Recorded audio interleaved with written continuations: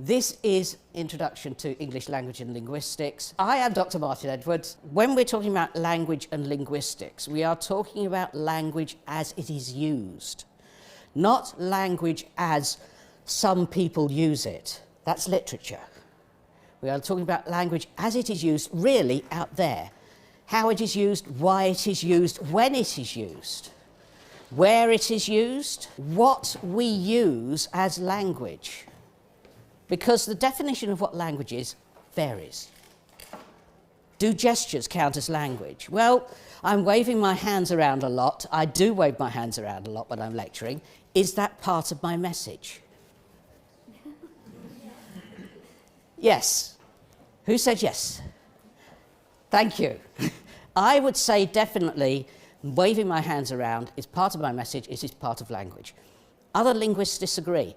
That is one thing that you will find out when you come onto the course. There is no fixed definition of language or linguistics that we can address directly.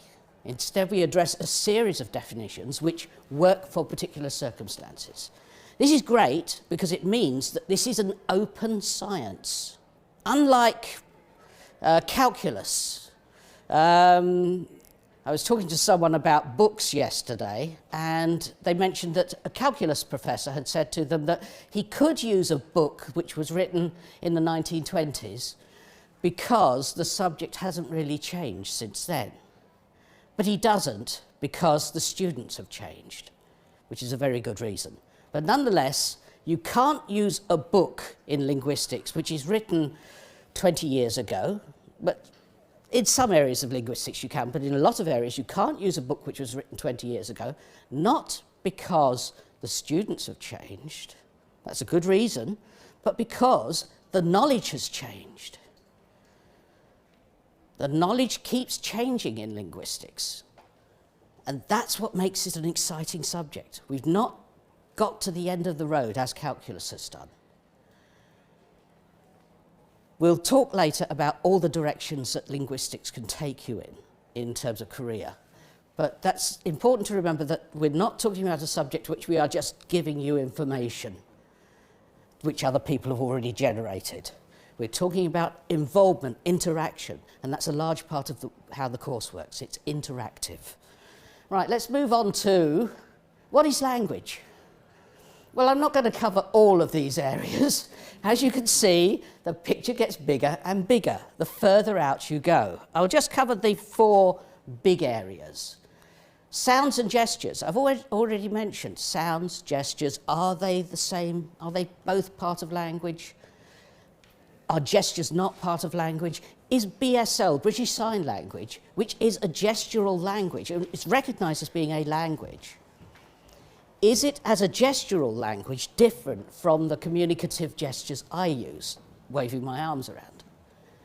The answer is, on one level, yes. On another level, no. So I'm not going to give you answers here, but I am going to pose some questions for you. So that's sounds and gestures. The next level, structures. Language is basically a set of forms. We say, the man sat on the chair. In Welsh, they would say, the chair the man sat on. And that because they use a an object-subject-verb form. I think that's Welsh. It might actually be Breton now I think about it. But anyway, one of the Celtic languages uses that strange form. They are used to having the words in that order, so when they hear the first word in a sentence, it is the object, not the subject. It's not like us. Just as in France, when they hear two words, cheveux bruns, brown hair. Cheveux is hair, brun is brown. So hair brown in French. In English, brown hair. Meanings are very important in language. We are basically in a negotiation with other people. Every time we open our mouths, we are negotiating towards meaning. We are not putting stuff out in the world which means something to the other person. We're putting stuff out in the world which means something to us. And we hope that the other person is going to get something from that meaning. If they don't, they have ways, what we call back channel, of interrupting us and saying, pardon? Or, what do you mean by that? And finally, we come to systems. And this is where people think language mostly lies. It's up there in the systems. We have ways of producing language. We have ways of producing correct language. Now, I have changed my accent deliberately to try to emphasize that there is a certain group of people who believe certain things about language, and it can be encapsulated in their accent. Now, that's not true, but it's a useful little tool. It's actually a tool which is used a lot in sarcasm and satire. Nonetheless, that means that there is a system of speaking. We tend to think of there being a system of speaking called received English. So that is part of the systems of language. So the systems are not just, you put these words in this order. That's part of structure. The systems are how we use those structures once we have them. Do we say things like, you should never finish a sentence with a preposition? To which Winston Churchill famously replied, this is behaviour up with which I shall not put. And it's easy in English to say, oh, is that the train you just got out of? It's meaningful. Is that the train you just got out of? But it's actually got there two prepositions at the end. So not only do we use prepositions at the end of sentences, we use them multiply. But nonetheless, there are people who believe there is that system, that you should not use prepositions at the end of sentences. So systems interact with people. That's how language works. Let's move on to what we study on the module. Now, there are three areas that we look at. Psycholinguistics is language inside the head. How does language work in here? How does this lump of jelly on a stick produce the structures, the systems, the meanings which come out of our mouth? And on the other side, the stuff that comes into our ears, how do we convert that into the structures, the systems, and the meanings of language? Over here, we have the other side, sociolinguistics. Never mind what goes on up here. What's happening out here? Stuff comes out of my mouth, and the very circumstance in which it's produced creates the meaning. I look out the window and I say, oh, it's nice out today. You look out the window, you understand the context in which I'm saying it's nice out today. It's a blue sky. So you understand my meaning, or the meaning I'm trying to get towards with you, which is, I'm being honest, it's a nice day. If I had looked out the window and it was tipping down with rain, and I said, oh, it's nice out today, you are faced with a conflict. You are reading not just what I'm saying, you are reading me. And what I've said has no correspondence to what's out there. So what am I meaning? That is the sociolinguistic stuff. How does the real world impinge on what we say? And how does it alter what we say? There's also language psychology.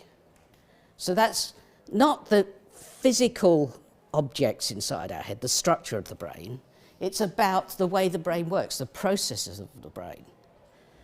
How do we produce a self which has an opinion and which tries to get that opinion, the meaning, out into the world? So all of this is in psychology. I won't go into psychology in any more detail. And finally, this little thing down here, language origins, which is actually one of my modules.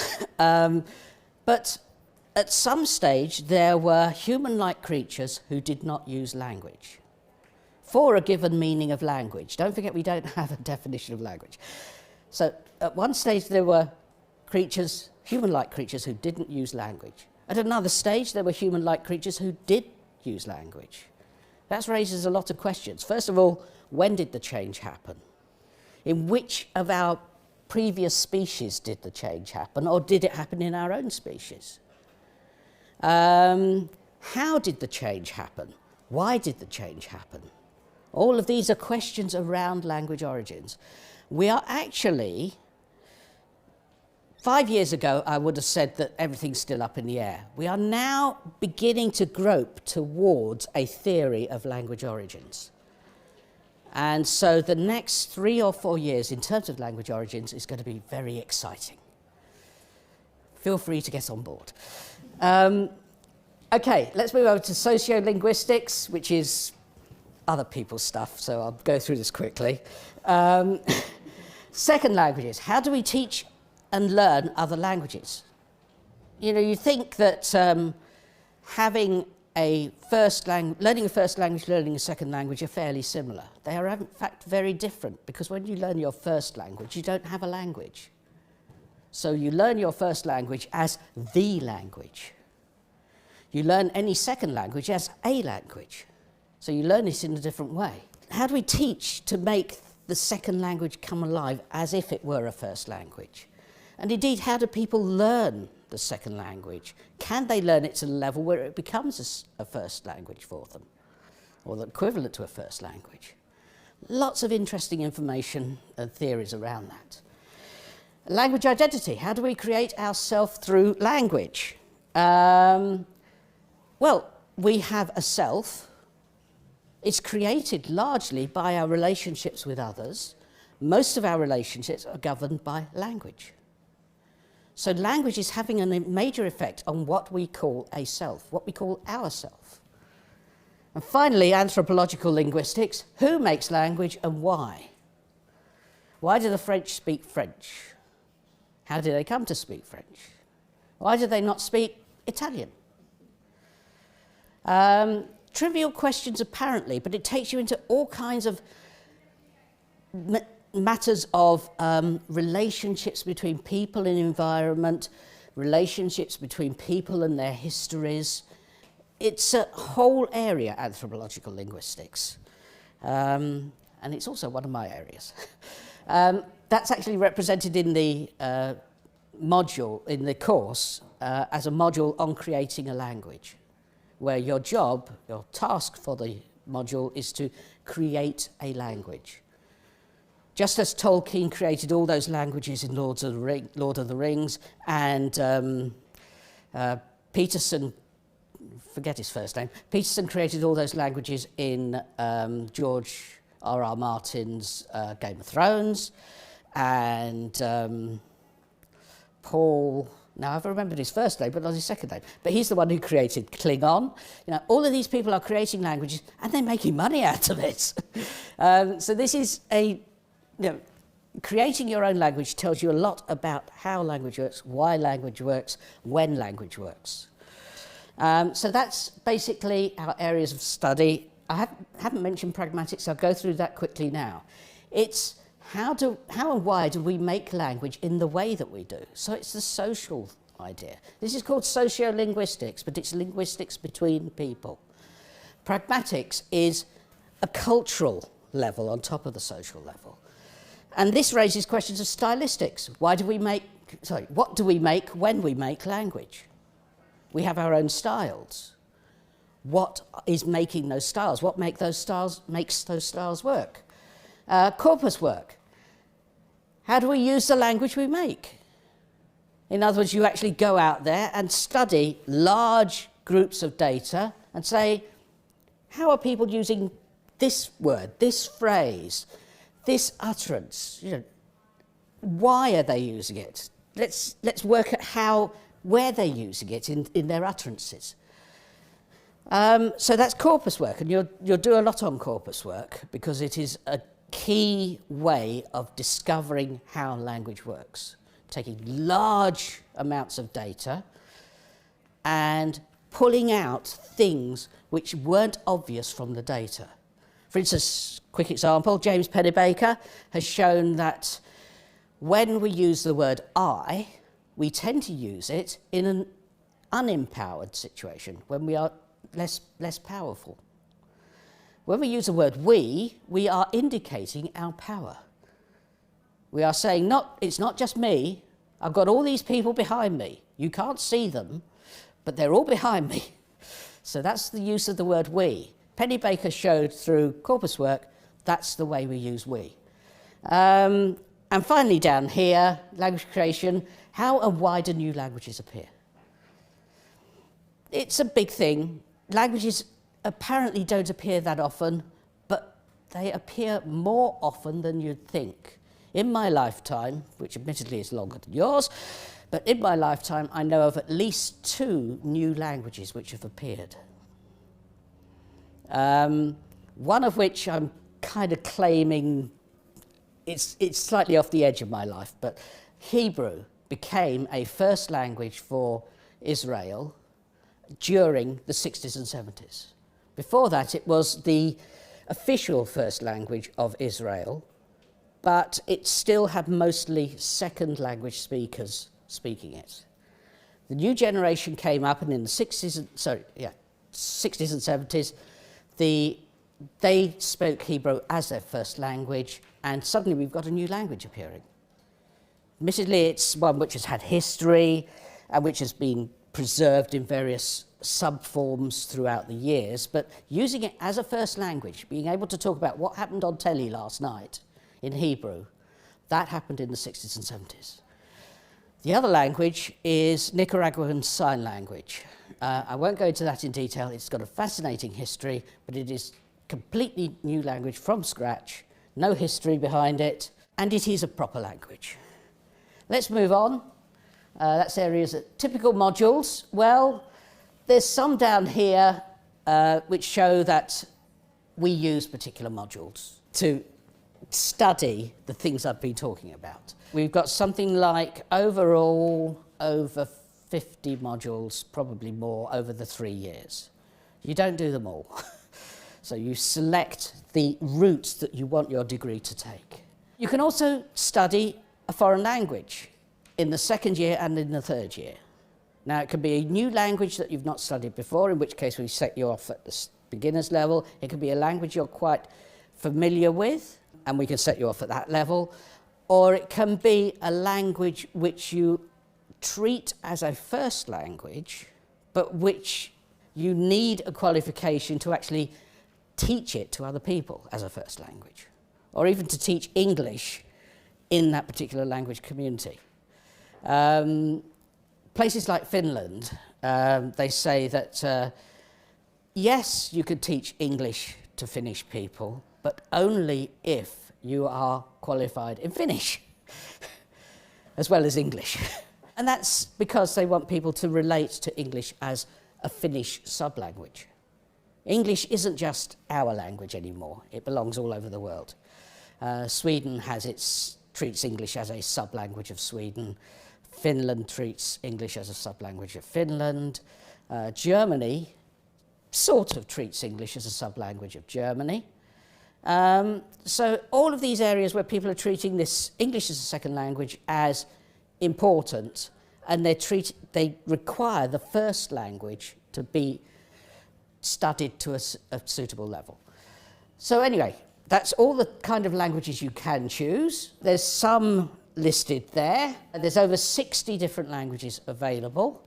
Study abroad. Now, a certain number of students get the opportunity to study overseas. These are some of the universities that we currently have arrangements with. You go away in your 2nd year for a term, you study one module while you're away, and you basically learn about the country as well. It's not just a case of going away, having a good time, and just having to do one module. Well, okay, there is a hint of that, which is probably why it is heavily oversubscribed. We have 5 places a year for 30 students. And we tend to find at least 15 students want to go. How do we support your learning? Well, this is how King's supports your learning, but also how the department and the course supports your learning. So first of all, we've got us, and we've got Keats, an online source to support your learning. This means everything that we want to publish to you, we put on Keats, and you can access it. Personal tutor, who expects you to attend regular one-to-one meetings. This is partly to check you're doing okay, that you've got no concerns, but mainly to get you to think about some things that you may not have thought about. I'm interested in this. Oh, you're interested in that. Well, have a word with this teacher, this lecturer, because they're interested in that too. And while you're at it, have you thought about reading this?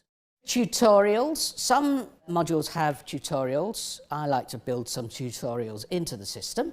And student representatives, you elect your own student representatives, and they go to meetings, to faculty meetings. And they represent the views of the students. There's induction modules, guidance to academic writing. All of these things are available. Personal development, all the things that you would expect from personal development. Student involvement, food for thought, these are all things that we have. There is basically a student magazine, Linguistics. There are informal sessions where you go, have something to eat, and you just discuss things with lecturers who turn up, or with other students. Future possibilities, I won't go through all these. This is just an example of the career paths you can take. You start off with your degree, BA English Language and Linguistics. You can go through all of these different paths, all of these different routes where you're using linguistics directly. These are not the only routes. There are a whole load of other ones.